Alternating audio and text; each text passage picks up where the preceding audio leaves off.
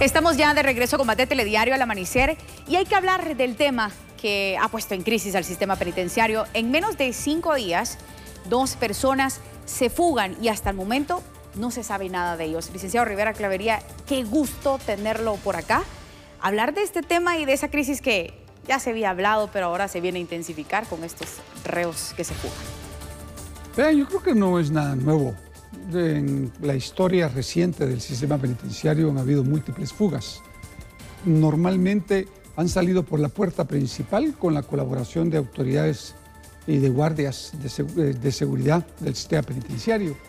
Lo que sucede es que el sistema penitenciario es una institución colapsada, con infraestructura muy vieja, obsoleta, que ya es inservible para los fenómenos criminales que hoy se ocurren en el país y las detenciones que se hacen. Por lo tanto, yo creo que esto es un problema que se tiene que resolver normal, se debería de haber resuelto o empezado a resolver de entrada en el gobierno. No cuando ya estamos a año y medio y vamos a cumplir casi 2 años de estar en gobierno, porque prácticamente quedan solamente 2 años para poder trabajar. Y normalmente los gobiernos tienen más opción de poder trabajar los primeros 2 años que los últimos 2 años, porque el último año ya es prácticamente de campaña. Por lo tanto, yo sí creo que los presidentes en el futuro tienen que entender que la problemática hay que atacarla de fondo, de entrada, llegar con un plan de gobierno. No se puede llegar a la presidencia de la República sin planes, porque el resultado es esto. ¿Por qué no ha avanzado más allá del proceso de investigación de la fuga de la patrona, por ejemplo, si ahí están recluidos personas involucradas en casos de alto impacto? Lo que sucede es que en el caso de la patrona, el Ministerio Público está haciendo sus investigaciones y de hecho hay capturado ya 2 abogados, más guardias penitenciarios que están relacionados, se supone, en esta fuga.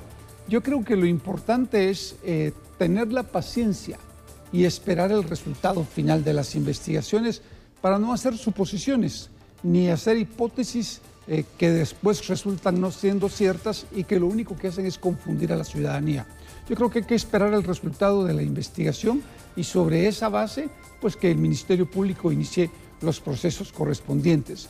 Pero acá el tema no debe ser solamente la patrona o la última fuga que se produjo en el Hospital Roosevelt. Tiene que ser cómo hacemos para replantear el sistema penitenciario, porque esto se va a seguir sucediendo, esto no va a parar. Es mentira que vaya a parar, no va a parar. ¿Y es tan fácil corromper a los agentes? Es sumamente fácil. Ganan muy poco. Ganan demasiado poco dinero. Y ¿cuánto en promedio, licenciado Julio Rivera? Póngase usted que ganen unos 3,000 quetzales. Un guardia del sistema penitenciario. Un guardia del sistema penitenciario, pero tiene como 1,800 o 1,900 de salario más su bono. O sea, son como 3,000, 3,100, por ahí han de andar. Entonces yo creo que son salarios que no les permiten tener una vida digna y que fácilmente son corrompibles. Si la corrupción sucede a niveles mucho más altos, ¿cómo no va a suceder en esos niveles? Pero insisto, la problemática se debió haber atacado desde el principio de este gobierno, desde el principio, cuando llega el ministro de Gobernación con un plan específico para ver qué se iba a hacer. ¿Y cuáles podrían ser estas acciones para implementar en el sistema penitenciario? Yo creo que hoy, pues, lo que tienen que hacer es ver cómo van a paliar la situación y buscar algunas otras alternativas para que el hacinamiento no siga incrementándose en las cárceles, porque hoy el hacinamiento anda por el 300%. ¿Qué quiere decir eso? Que en la cárcel de Mariscal Zavala, en donde están los funcionarios de gobierno, ahí era originalmente para 90, hoy hay 180. Y en la cárcel de mujeres, de donde se fuga la patrona, estaba estructurada para 9 personas y ahora habían 18. Por lo tanto, los hacinamientos lo que permiten es precisamente este tipo de cosas. Y aquí hay 2 elementos que es importante revisar. Y es que en el caso de estas cárceles que fueron diseñadas primero para colaboradores eficaces y ahora para exfuncionarios de gobierno, también hay delincuentes de alto impacto. Y hay que diferenciar. No es lo mismo un exfuncionario que son delitos de cuello blanco, que pues también la corrupción es terrible, pero no es lo mismo ello que tener a un secuestrador o tener a un narcotraficante. Y hay narcotraficantes y había secuestradoras, como en el caso de la patrona y el de mujeres. Por lo tanto, aquí hay que sentarse con los jueces y preguntarle, bueno, ¿y ustedes por qué están trasladando también gente para estos lugares donde no tienen que estar? No hay diferencia en el accionar, entonces. No, lo que sucede es que mi percepción es que en el caso de la patrona debe haber estado en una cárcel en la que efectivamente tuviera mucho más medidas de seguridad y que no permitiera que pudiera salir fácilmente de ese recinto carcelario. Y en el caso del de hombres también hay narcotraficantes hoy, y entonces tienen que ser trasladados a los lugares mucho más seguros, porque los delitos ¿Cuáles podrían ser estos? Como hablamos del hacinamiento, que al final es un descontrol total, ¿cuáles podrían ser estas de máxima seguridad? No hay cárceles de máxima seguridad en Guatemala, preventivas. Por lo tanto, pero digamos que la zona 18 cumple con ese papel, y en el caso de mujeres, Santa Teresa tiene celdas especiales. Yo creo que hay que regresar a toda esta gente ahí y a los exfuncionarios y exfuncionarias que están en las cárceles preventivas, regresarlas para este lugar donde están en el Mariscal Zavala para poder ir paliando la situación mientras que se resuelve un problema que no se va a resolver de un día para otro, que es un proceso y que va a tardar algunos años. ¿Deberían tener otro tratado o un trato especial, sería la palabra correcta, estas personas por este tipo de casos de alto impacto, hablando de narcotráfico y del calibre, por ejemplo, de la patrona? Pero es que el resultado ya lo vieron los guatemaltecos, es decir, en la medida que los delitos son de alto impacto, la peligrosidad es mayor.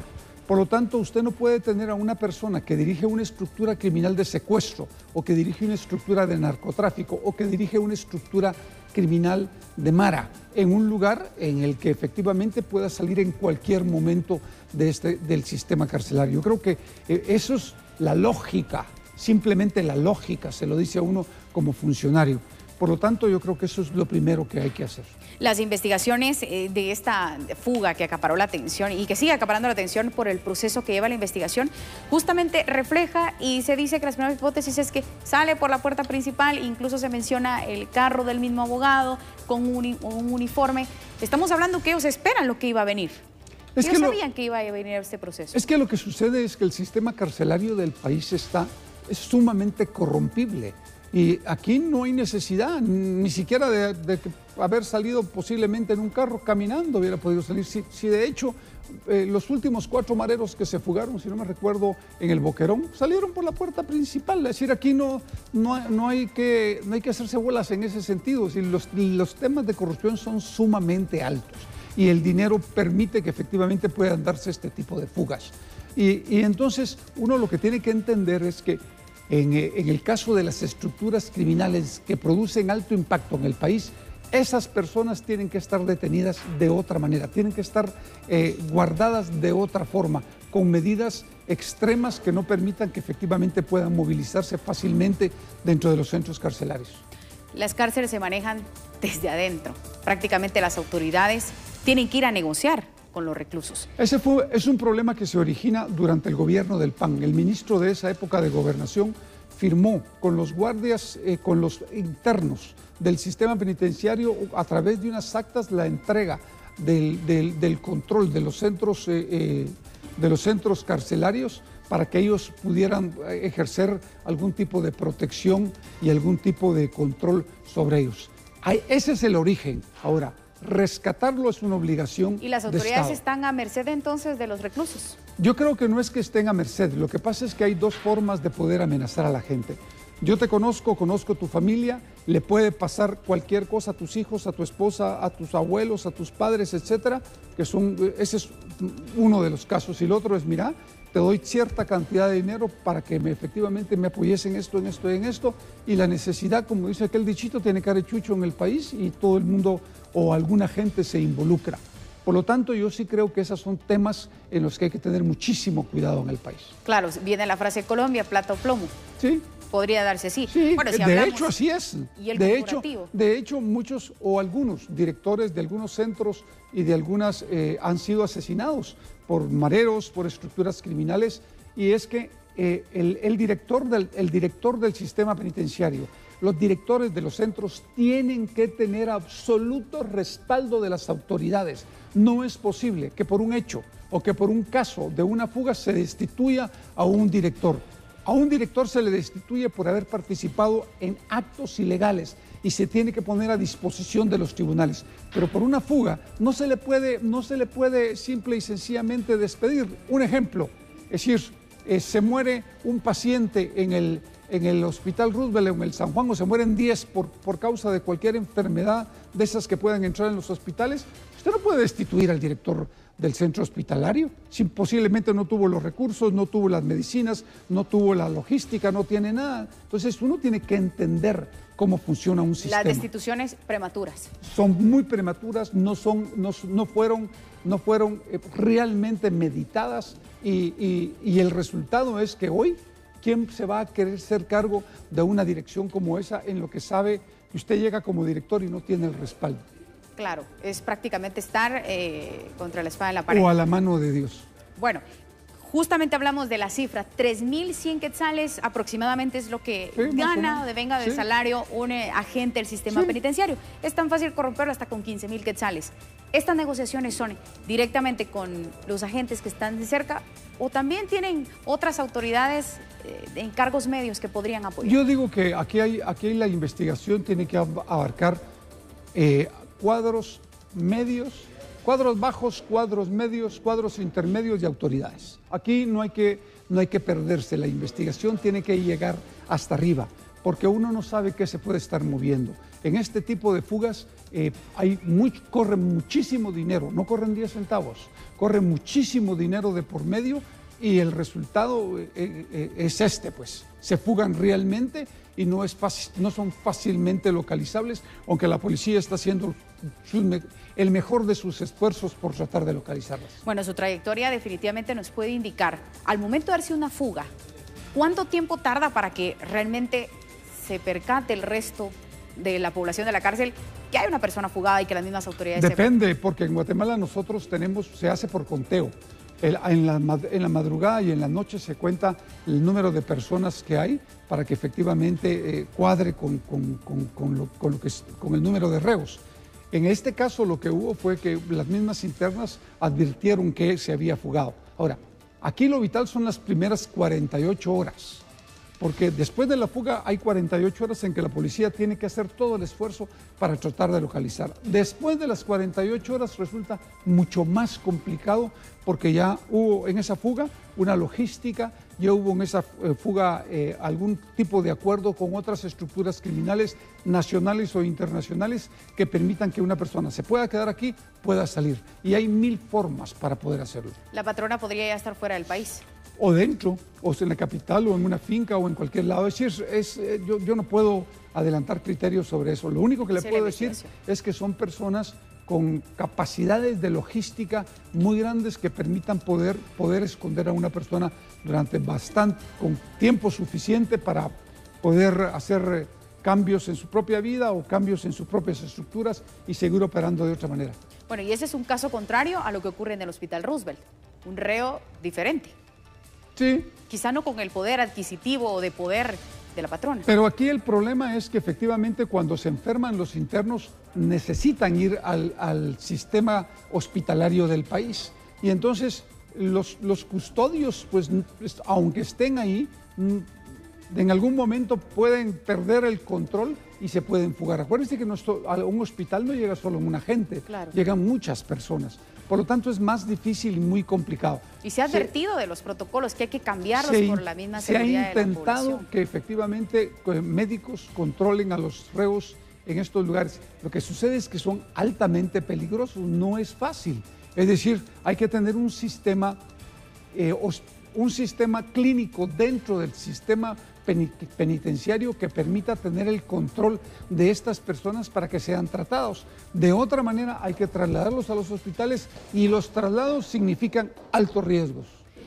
En resumen, ¿cuáles podrían ser las acciones entonces para prevenir? Porque sería muy difícil solucionar toda esta crisis, pero ¿cuáles podrían ser las medidas a tomar de forma urgente?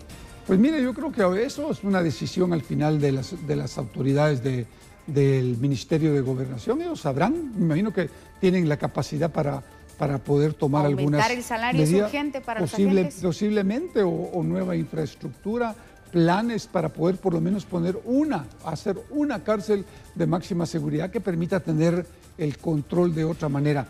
Y, por ejemplo, apresurar el tema de los brazaletes para ir desfogando, los brazaletes electrónicos para ir desfogando el sistema penitenciario y que esos niveles de hacinamiento no sigan creciendo.